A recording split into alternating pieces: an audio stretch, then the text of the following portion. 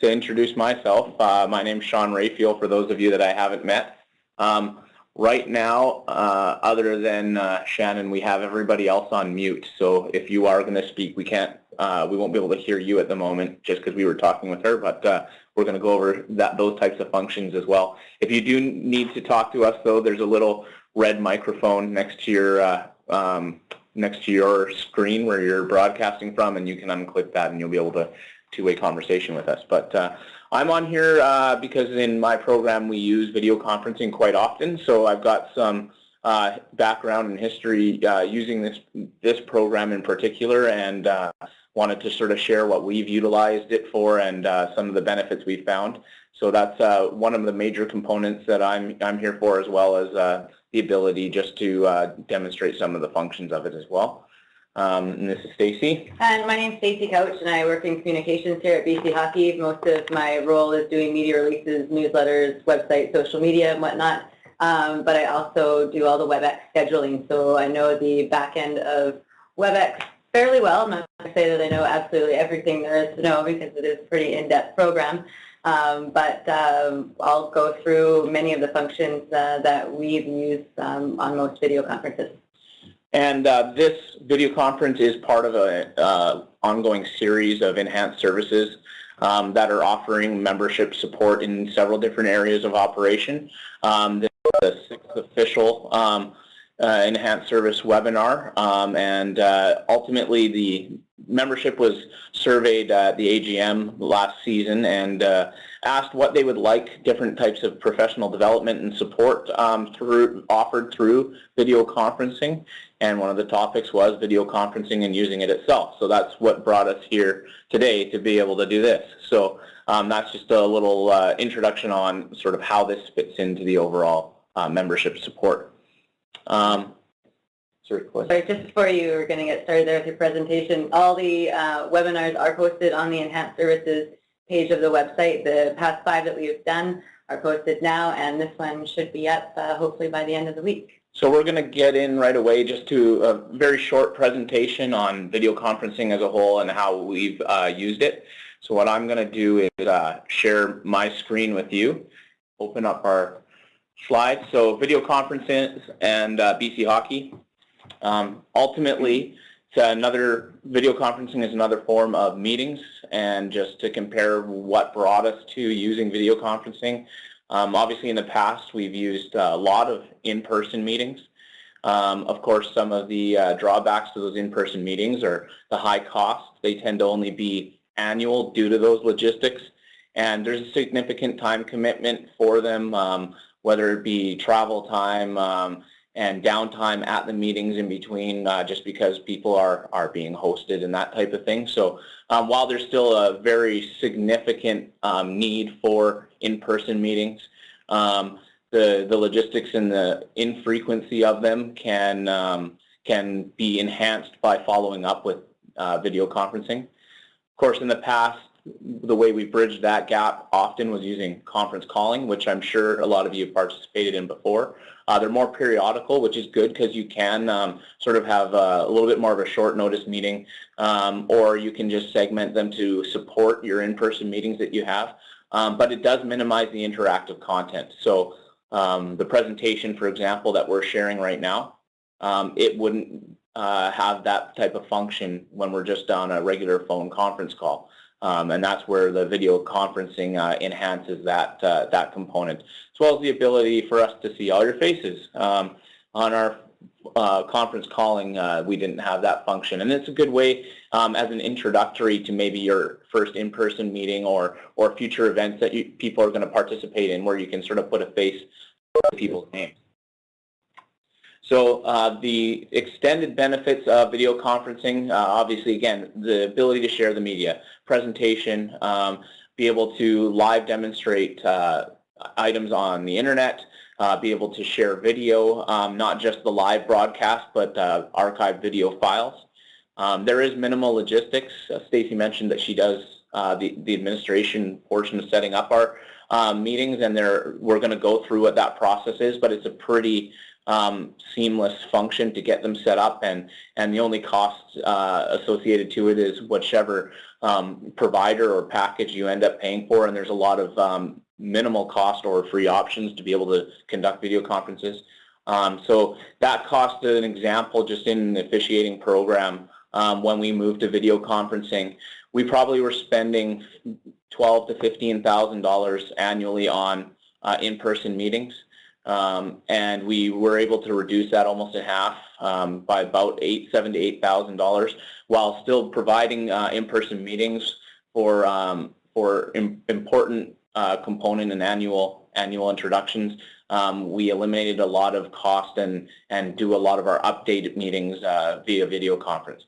Also, the meeting content is documented, so recorded. As Stacy mentioned, the recordings we've had for the other enhanced service webinars are posted on the website. So if you happen to miss a portion of a video conference you were on, or the entire thing, and you wanted to get caught up on what occurred, there's the ability to have that shared and archived, and it's a good way of monitoring meeting minutes and those types of things. And then the mobile aspect, as Shannon helped us demonstrate on her phone, that you can use your computer, but on a tablet or smartphone, as long as you have an internet connection, you're going to be able to participate.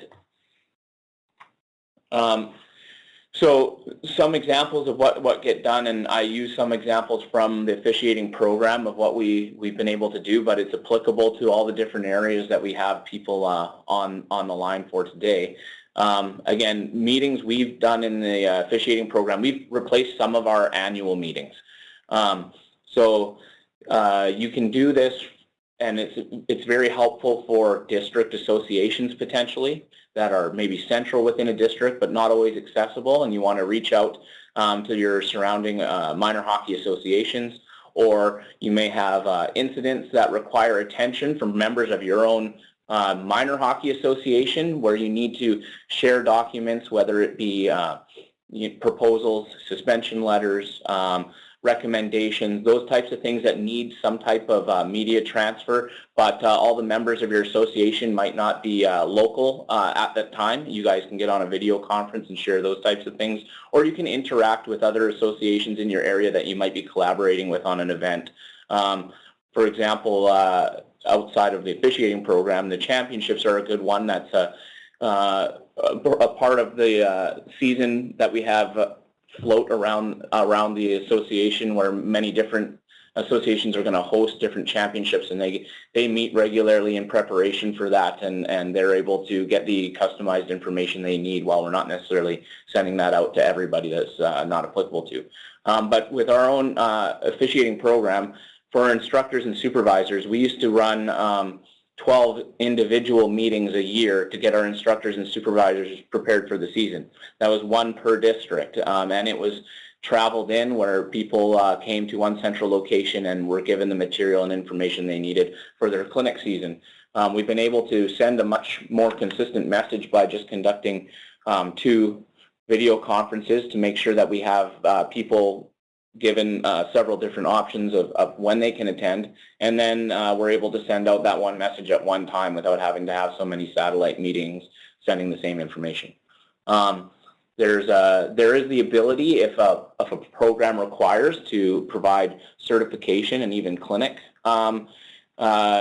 material and curriculum via video conference. Last season we did have an association that had a clinic that was canceled due to weather, and we were getting near the end of the season. We broadcast to them their clinic, and we certified their officials via video conference. We still see a need for having that in-person interaction, but in certain situations where it's just not feasible, we were able to provide that. And we do the same thing with our cooperative members in the United States who require certification so they can work in our various leagues that are on the south side of the border, and we provide them their certification there, so it lowers the logistics on that. Program updates, I know a lot of different programs are using this, whether it's committees, whether it's program personnel and field staff, but again, another way to interact regularly throughout the year where you're not necessarily having to plan that in-person meeting. Special initiatives and instructional sessions. So that's often even when you're not necessarily hosting it yourself, but you're maybe doing professional development like we are in the Enhanced Services today, where you join video conferences to expand the capabilities of what you have to offer to your own members. And examination and testing, we've done that again in the officiating program where we've delivered our actual certification exams to our above minor officials around the province, again, just to try and create a consistent environment where they're going to get the same material and we can have all of their questions answered in one place with a moderator on a video conference as they take their annual examinations. So lots of different ways to utilize that. Some tips that we've discovered already today. Careful with videos when you're a presenter, file size. Sometimes files that are too large a size can bog down bandwidth, and particular some of the people that might be receiving the material. Just be mindful of that. I know when we've done instructional sessions with different leagues for officiating staffs, we've had to make sure our clips are 15 to 30 seconds just to make sure they're getting a good quality feed on the other side, rather than a clip that's too long that's going to bog down the bandwidth. When you are a presenter, and we're going to show this function later, a good thing to be aware of is that you can mute all the participants. The more participants you have on a line, the more background noise you can get. So to be able to make sure that the host or the presenter is being heard clearly, it's good to utilize that function to reduce that background noise. Check your recordings before distribution.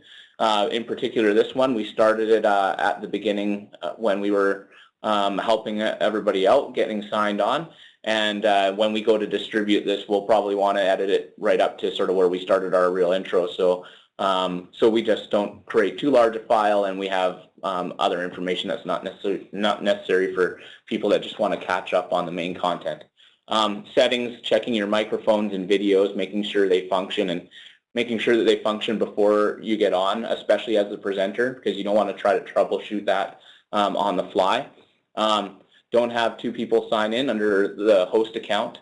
So multiple people signing in on the same account can alter or jeopardize the function of what you're doing, particularly if you're the host or the presenter. If you're hosting a video conference and you log into the account the second time, the last person to log in suddenly becomes the person in control of the video conference. So you want to make sure you're not having that duplication. Stacy and I got here in advance, and we were actually sort of logged in, as everyone noticed, about 10 minutes before. We like to do that as well, just so we can work out some of the kinks to try to keep to our start time agenda. And we had the ability, if we wanted, to stop our recording at that point. But if you do stop your recording because you're troubleshooting or you're taking a break, always remember to start recording again. You don't want to miss any of the important content because you had to pause it for a break. We were going to run two computers today, so point 8 is good because double check that your internet connection works. The second computer we were going to work was on Wi-Fi rather than hardwired like the one we're operating on now.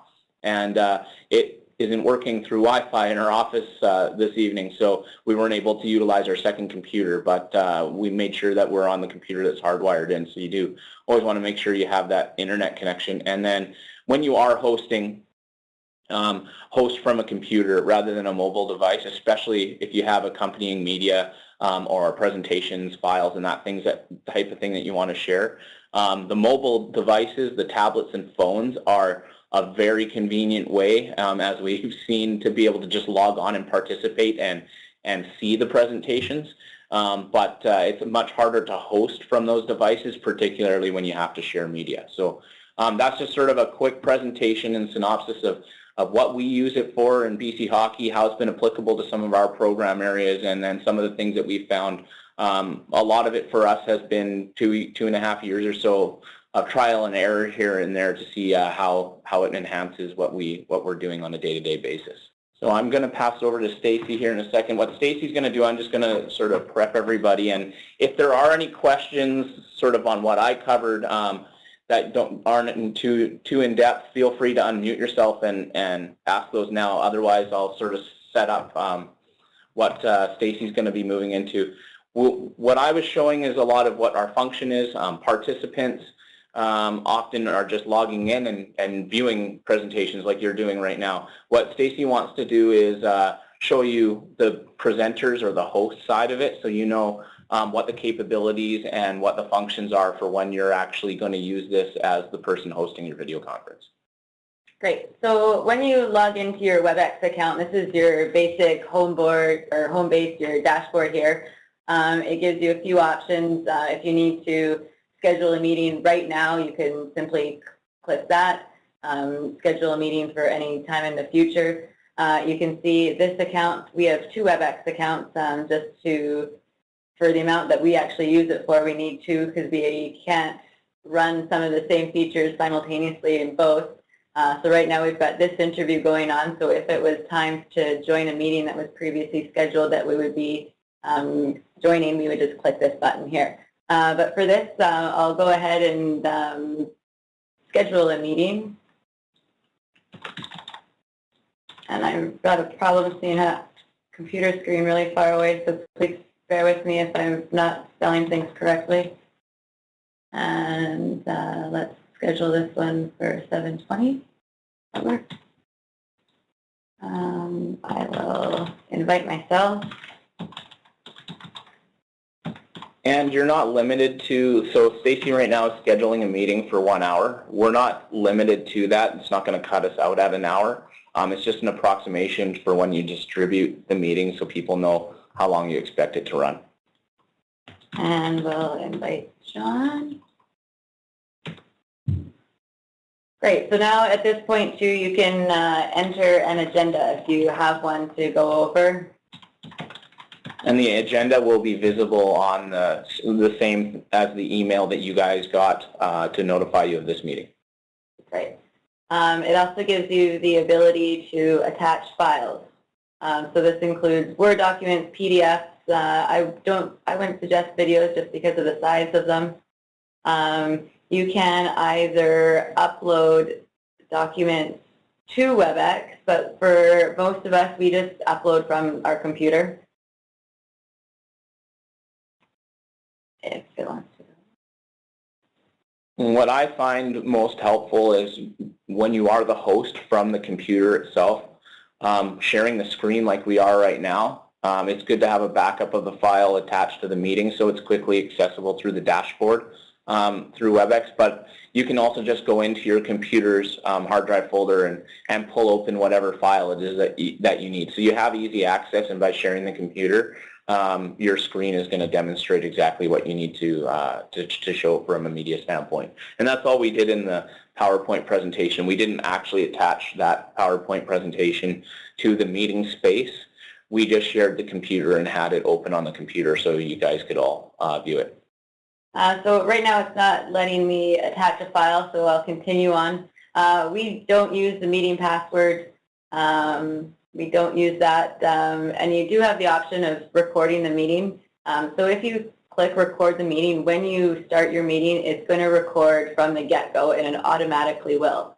Once we get into the meeting, I'll show you the different options for stopping and pausing the recording. So we can go ahead and schedule. Whoops. Oh, it's past 7:15, that's why.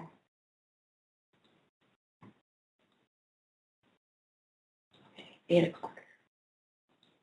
It's the date. Today's Tuesday.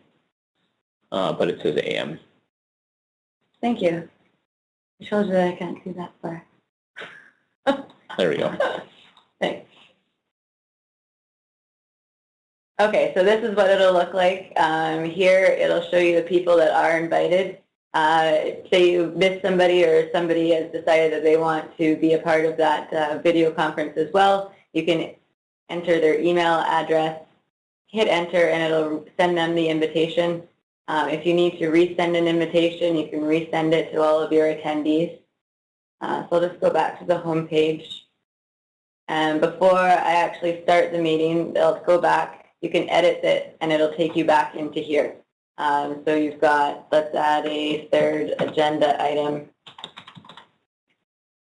And we'll save and notify all attendees will now get an email with the updated agenda on it.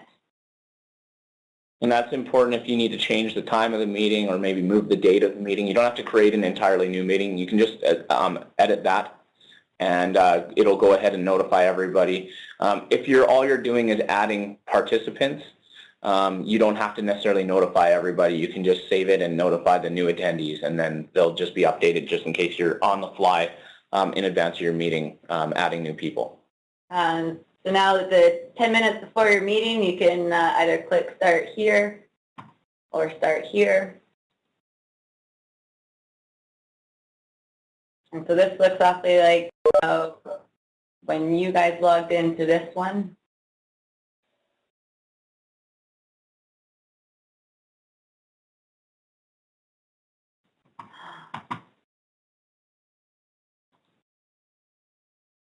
I'm going to stop recording. So at the bottom here, I just hit stop. You can pause it as well. So I'll sort of start up at the top corner here and go through some of the different functions that we use. Here is another button to share your screen. You can see one also in the middle there as well. So this one, we're already sharing, so I can't do that. But here's where we want to now upload a file from our computer. So we can go in. I don't know what that is. Just pictures. So there we are. So now we're sharing that file. This could be a PDF, Word document, and we could be scrolling through it. It could be a PowerPoint, as Sean mentioned, and we could be going through it that way. So we can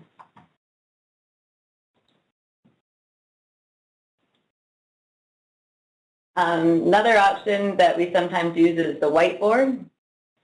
So from here, you can make some sort of diagram or anything like that.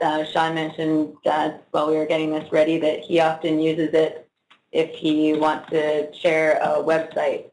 I don't think yellow is the best choice of color here. And it's this is good for even like on-the-fly notes if somebody needs to see something, or also the chat function that is good for websites and links, that which Stacy will mention later. But it's a good way just to take quick notes or make quick diagrams on the fly that everybody will be able to see. So now I'll go over here.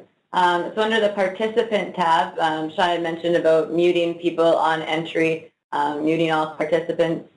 When you first log in, it's great to go to the participant and click on that mute on entry, just so that you don't have all that feedback and have all the chatter. We'll get to the chat function that is great for if there is any problems of going through it that way. You can mute all, you can unmute all. Also from here, you can invite and remind. So, you know, it's 7 o'clock and Sean hasn't made it onto the video conference yet. I can quickly send him an email just to remind him that, hey, this is going on, and he'll get another invite back. And that's a good function because it goes to the top of somebody's inbox. So even if they've maybe called you or texted you and said, hey, I can't find the link, or I'm not sure how to log in, you can invite them really quickly. It'll go right to the top of their inbox, and then they'll be able to click that hyperlink that's in the meeting. And then especially if they're on a tablet or smartphone, and it'll default to open right inside the app. So these three buttons here in the middle, we've kind of already gone over. I believe that everybody should have used this for connecting to the video conference. If you are hosting one and somebody is having trouble with their audio, I always tell them to click on the More button and make sure that they've called in using computer, and it will connect them through that way. Some people will click this, but then you actually have to click the OK button afterwards to make sure that you are logged in. You'll receive a green check mark when you're actually connected. Yes. The next option is to share the screen that we've gone through before, but here's just another quick link to it rather than having to go up to the menu. Invite and remind, as we just mentioned, how handy that one is. We'll go over to the chat function here. Unfortunately, I don't have anybody signed in other than just ourselves right now. But so this is a good one at the beginning of a video conference if you're not everybody's fully functional yet with their audio, or maybe you're not fully broadcasting yet because you're not 100% prepared, but you want to update them. 5 minutes to meeting will be ready to go at the suggested start time, and it'll go to everybody no matter what device they're on, and if they haven't even hooked up their mic or their video yet, they'll at least be able to get that. It's also, Stacy's showing an example, it's good to send links. So that link that she typed in earlier, you can actually send it in the chat function to everybody, and it becomes a hyperlink. That'll allow people to click on it, and it'll take them right to the internet. So she put in the BC Hockey homepage right in there in case anybody needed to go to it, and they're able to open it up. So you don't have to, send out people verbally the website or email or web address that you want them to go to. You can just send it in there, and it's easily accessible. That's a function we've used quite often in the officiating program when it comes to tests, because the tests are secured, so they have quite a long URL. So we're able to send it that way, and then we can send the access codes as well. And another function with the chat that I can't really show right now, if there was more participants, or if you were to look at the chat right now on this webinar, where it says send to, these ones are sent to everybody. You can pick certain individuals if you are having, have a question for them, or just want to have a little chit chat with them about something that was brought up earlier. Under participants, you can see probably on your end that it's got a list of them, and there's this green ball should be beside the BC Hockey name. That means that we're the presenter, and that ball can be passed by clicking on it, and then we would drag it onto another person who would then take over the controls and be able to do the functions that we have just gone through of sharing their screen, muting, unmuting, and being able to take control of the presentation. Up at the top here, just a list of participants will change to different view. I'm not sure what you've got your computer set to right now, but you could probably have maybe 6 or 8 different videos of all the different people attending. You can click that and change it so it's in a list or different views depending on how many people are in it. When there's more people, it's kind of hard to have all those little thumbnails and be scrolling through them all. Again, another chat feature up here, another recording button up here. And the chat function, I find, especially when you're broadcasting to a large group, where maybe not everybody's wanting to interrupt a presentation just with a simple question.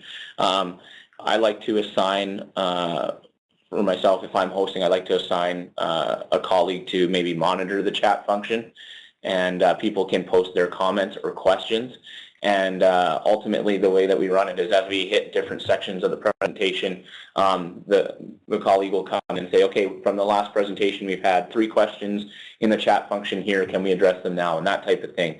So it's a good way to document those types of things without necessarily interrupting the presenter when they're in the middle of something, but it can sort of be at the top of the queue for being answered. And I've just got one more thing here. This little settings button here is great. I'm not sure how many people have got like maybe 2 video cameras on their computer. The one that before we had this video camera, we actually did have 2 video cameras in here. So when you go to start your video, it might pick up the one that's, say, on your laptop, or if you've got a separate one, it might not pick up the one that you want. So under your settings here, get rid of that. It'll allow you to change which camera you want to view. We just had a question come in via chat function, and that was the question of what does WebEx cost. So to not necessarily make this an advertisement for WebEx, but video conferencing in general, we found that WebEx is the one that works well for what our needs are. And there are different packages that can be used for this. There is a free package, and Stacy's going to pull up the different accounts that are available. But there is a free one, and it's good probably even at the minor hockey association level. Might be too small for the district association or the leagues that may need to use this type of technology, but with 3 people, including the host, you can use their free function and have full video accessibility. Then there are other packages here that Stacy's put up on the screen. The Premium 8 allows you to have 8 people with 1 host license. So that's maybe more along the lines of a district association or a small league. Then there's the Premium, which is these are all month costs, where you can have 25 meetings. That would be more than enough, I think, for the majority of district associations and definitely the different leagues that we have operating around the province. Then there's the one that we use with the BC Hockey account, because you can have up to 100 participants. And with the 2 final packages, you can have multiple host licenses. So if it's a district association that wants to enhance, I guess, the opportunities for all their participants, you can share that amongst your group and give everybody the ability to use it. But with 100 participants, it's a lot of people that'll be on one video conference. I've held many that have been at 50 or more, so it's definitely useful if it's in large quantities. But I don't know if there'd be too many district associations or leagues that would necessarily have to go all the way to that larger package. But video conferences are being run regularly. Another question that came in through the chat function was how often are video conferences being run? And I would say, I mean, Stacy could probably pull up the true numbers. Honestly, right now we have 4 that are going on right at this moment between 7 and 8 o'clock today. Yeah. This is the first time that that's ever happened, that we've had to accommodate 4 at the same time. But we're getting into that point right now, that at this time of the year, that, you know what, there's going to be probably at least 4 a day. Yeah, like, it's definitely a daily occurrence, a video conference. From a committee standpoint, a lot of our committees are meeting at least monthly. One of the committees I'm on, in the development committee, we meet monthly on a pre-scheduled date, basically, where we're meeting via video conference just to deal with the different actions that we have as a committee. Within programming, it can be a little bit more selective. It's obviously very heavy for video conferences near the beginning of the season as we do preparations, and towards the end as we prepare for playoffs and those types of things. And for leagues, it's very good because and district associations, even if you're just dealing with one-off type of things, that you can sort of at short notice set something up with a small group of people. But for a true number of what we're operating at, it would be well into the hundreds, just because it is almost a daily occurrence. Since we do host so many, and we have gone up to those, elite packages where we are, spending the money, it's really not that expensive in the long run, as Sean went over about in the beginning, of how much he's cut down costs within his program. Now imagine that across multiple programs and multiple admin, organizations and committees. So it is real benefit for us to spend that money per month to host these WebEx and video conferences. The questions that came in here as well is how does it work with taking minutes, particularly with people that are spread out quite a ways? I mean, you can do a traditional minutes component from the standpoint of somebody specifically on the video conference just to take the minutes as things occur. But having the ability to record also helps you go back and monitor what was said, and it's a really good way to summarize a meeting from the standpoint that you can revisit things and really get an accurate taking, where we're not necessarily excluding somebody from the actual meeting itself, that everything gets archived via the video. Yeah, and again, depending on the size of the board or the committee that's going to be a part of it, there is the option for the free account. So if you are just logging in simply just to take minutes on something like that, you can set up yourself a free account. I think almost everybody in the office here has a free account that we use if we're going to be hosting a video conference, whether or not we're on the road or we're not in the office at night. We can do that from our house, either logging in through the BC Hockey account or logging in through one of our own personal accounts. So some of the things that I've learned along the way, one, as a participant, I almost always join on a mobile device just because it's so accessible.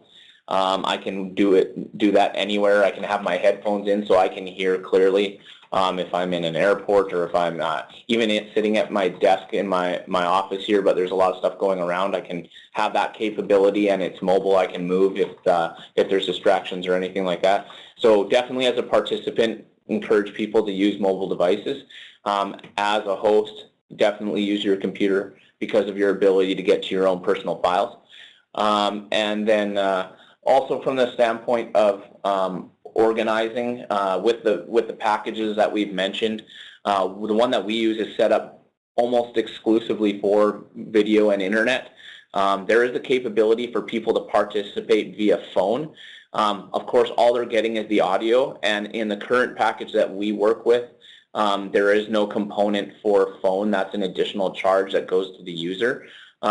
When you log in, or even today when you see the different windows that people are in, you can probably see little icons next to their pictures and that type of thing. Some people might have a silhouette of like an iPhone or a smartphone. That means that they've dialed in via their smartphone. If there's a handset, that means somebody's actually logged in by calling in a toll number. So I like to disclaim in my meeting memos or my notifications of webinars that call-in users will only get audio and that they're responsible for those costs. But if they're logging in via the computer or tablet smartphone devices, then it's all included as part of the service. So another question that somebody's asked is, how can I keep track of conversations if people mute their microphones? Unfortunately, you can't. If you're having a small video conference, if it's a meeting or whatnot, most of the time you aren't muting the microphones for the entire thing, and it will record all of those conversations. I think we showed you the mute all for the sake of this, where it's more of a presentation and a webinar, so we didn't have all that feedback. The other option is the conversation actually isn't recorded either.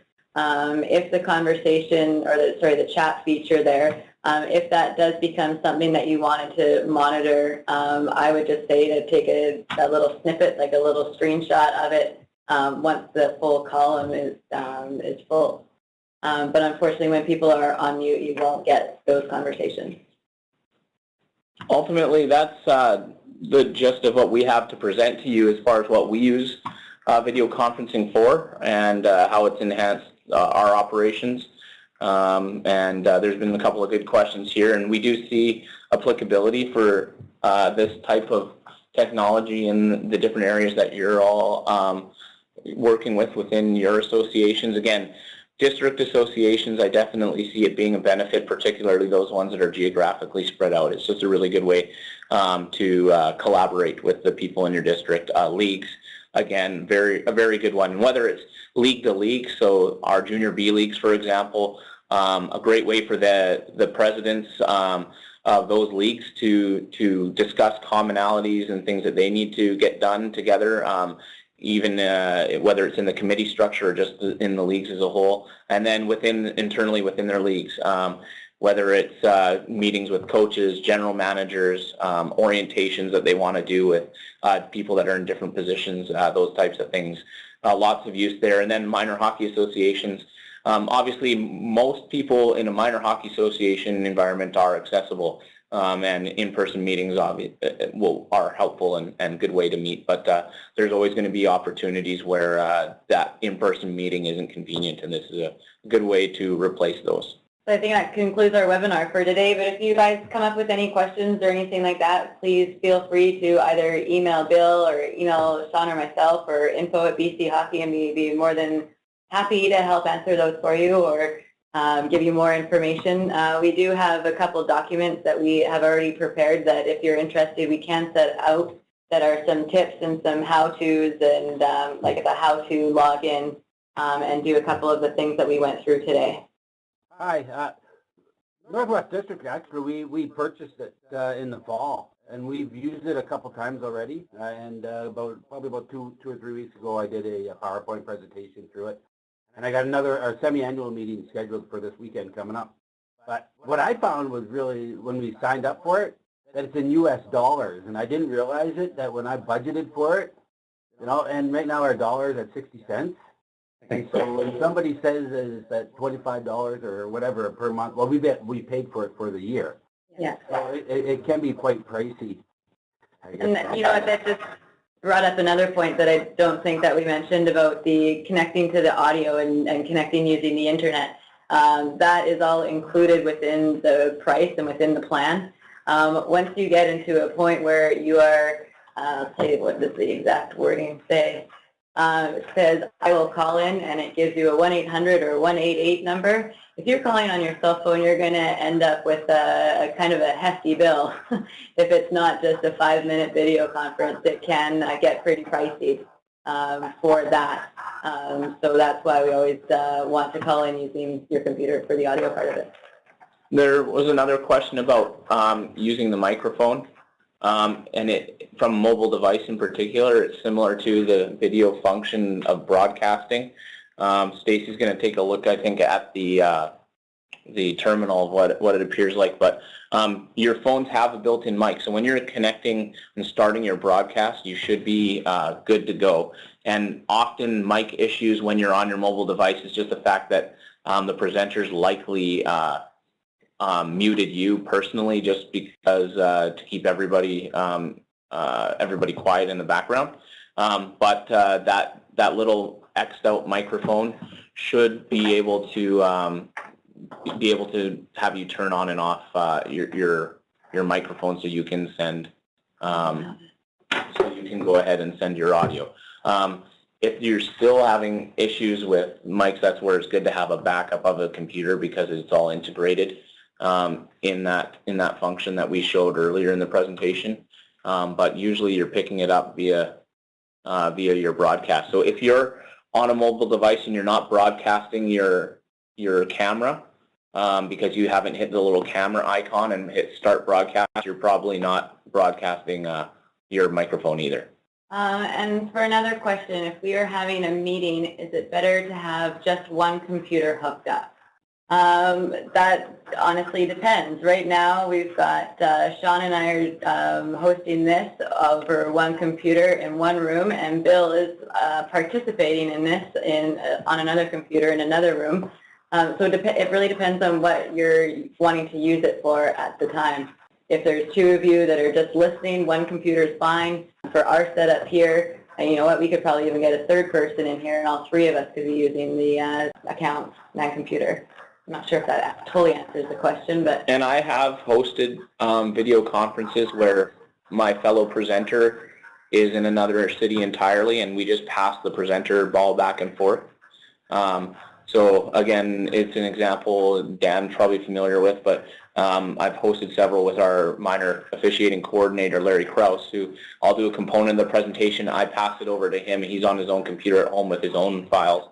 And then he just sort of takes that component and he runs with that, and we sort of just pass along the chat function duties and those types of things while we're not the actual presenter. Example for that. The question is, say you have 20. I'm assuming I'm interpreting it right. 20 people in the same room, maybe all watching the same broadcast. If everybody should be on the same device. An example of that is when we did run our clinic with a group of officials that are based out of Spokane. Where the alternative was for us to go down there at those types of costs and run that information session with them or broadcast it to them. And they essentially had set up in their local association boardroom, and they had 15 officials there that sat around a projector essentially. And they had their computer that they were logged into that had all the mic functions sort of in the middle of the table. And then they connected it just to their projector and projected it up onto the screen, and we were able to have a two-way presentation with them essentially. So I don't think if you're doing it in that function, which there is a definite use for, it's more or less just broadcasting to the one terminal, as long as everybody has access to it, and you don't necessarily have to have everybody all on individual devices, unless they want to. However, yeah, go ahead. If we were sitting here right now and Sean and I weren't on this and we were on opposite sides of the table, both wanting to get into the same video conference using our iPads or our phones, you are going to get tremendous feedback from it. Unless you are on a headphone set. Yes.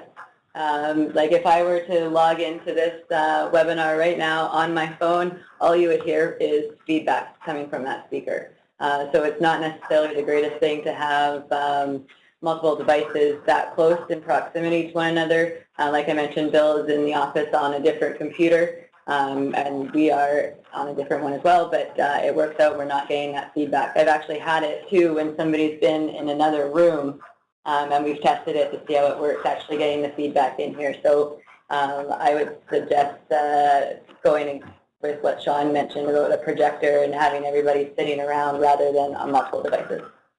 So again, if you guys come up with anything after we leave the meeting, then shoot any of us an email. I'm more than happy to answer your questions or help you out, go through something with you if you have a need for that. And we'll work on getting the video recording sort of snipped down to the usable function, and then we'll have it posted on the Enhanced Services webpage. If you don't have Stacy or my emails already, they are on our BC Hockey website under the contacts. Now that you've seen our faces, you'll be able to find them that way. So you can feel free to contact us or even send us any things that if you start using it that you've found that you think would be useful to be passed on to other people that are going to use it as well. All right. Well, thanks, guys. Have a good night. Thank you very much.